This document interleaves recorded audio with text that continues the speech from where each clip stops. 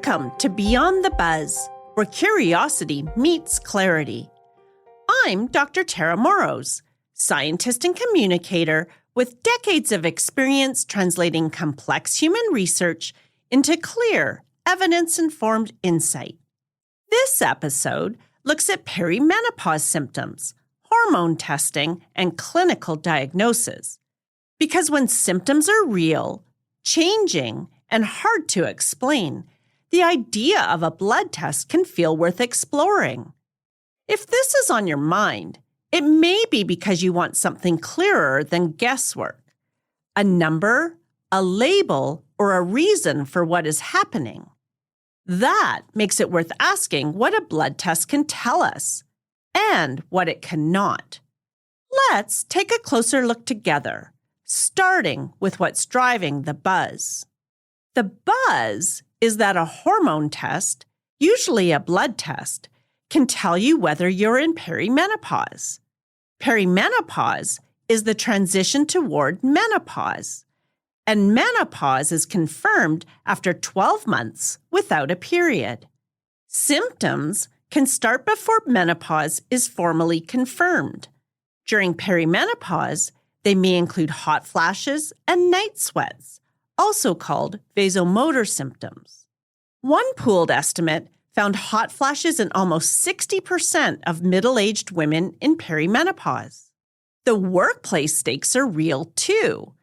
A U.S. survey-based economic analysis estimated almost $2 billion in annual loss from missed workdays due to menopause symptoms. When symptoms show up at this scale and the costs are substantial, the wish for a clearer answer is understandable.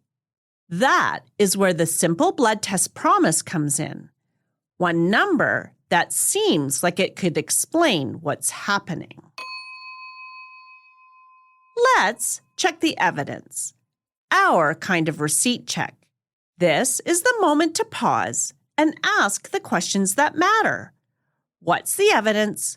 What's the source? And how do we know? Here's what the evidence shows. The strongest pattern is practical.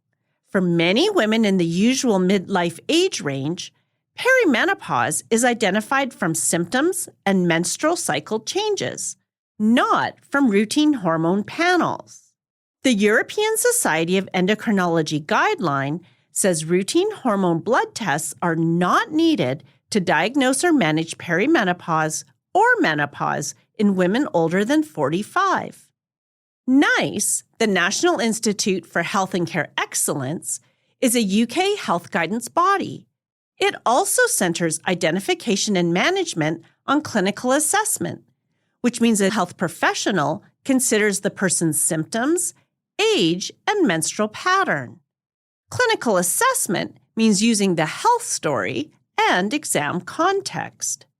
Hormone levels can fluctuate during this transition, so one result may not settle the question. FSH, or follicle-stimulating hormone, is a hormone signal from the brain that helps regulate ovulation. FSH testing can be considered in women aged 40 to 45 with symptoms, and it is recommended when premature ovarian insufficiency is suspected under the age of 40. Premature ovarian insufficiency means ovaries slow earlier than expected.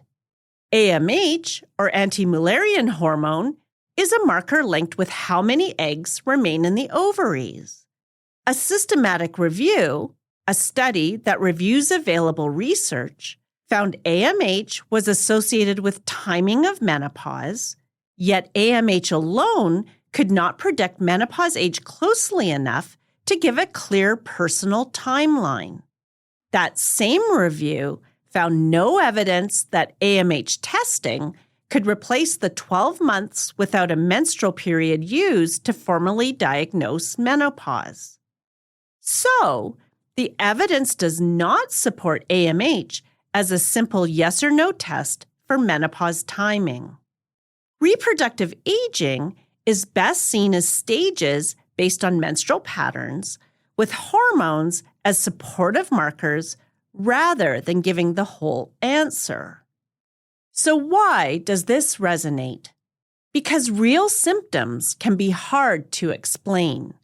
A blood test can seem to offer something simpler. One number, one label, one reason. That can feel especially appealing when symptoms are disruptive, scattered, or easy for other people to minimize. The promise is not just information. It is validation. It can feel like a way to make an uncertain body experience visible, nameable, and easier to talk about. That is why the hormone testing message can land so strongly. Your evidence edit moment. So what's the takeaway? For typical midlife symptoms and changing periods, the strongest evidence supports clinical diagnosis over routine hormone testing. In plain language, the health story often matters more than a blood test. Hormone testing has a narrower role, especially around younger ages or possible premature ovarian insufficiency. AMH may relate to menopause timing across groups, but the evidence does not support using AMH alone to give one person a precise forecast of when menopause will happen. It's more reasonable to ask whether testing would change the next step in your care, or simply add another number to interpret. It may be worth giving more attention to symptoms, cycle pattern, and a shared conversation about options. Start with the pattern, ask what the test would change, and keep the person, not the lab number, at the center. Something to reflect on. When you hear a claim that a hormone test can finally explain perimenopause, what would you want that test to change? Your understanding, your care options, your peace of mind, or all three? And if the result would not change the next step, what other evidence from your own pattern might deserve attention? If you found this useful, follow Beyond the Buzz and share it with a friend who likes a little science with their scroll. You can also explore the full transcript, the clarity poll, and evidence in the evidence edit. Until next time, stay curious and stay kind to your mind. This is Beyond the Buzz, cutting through the hype because evidence is empowering.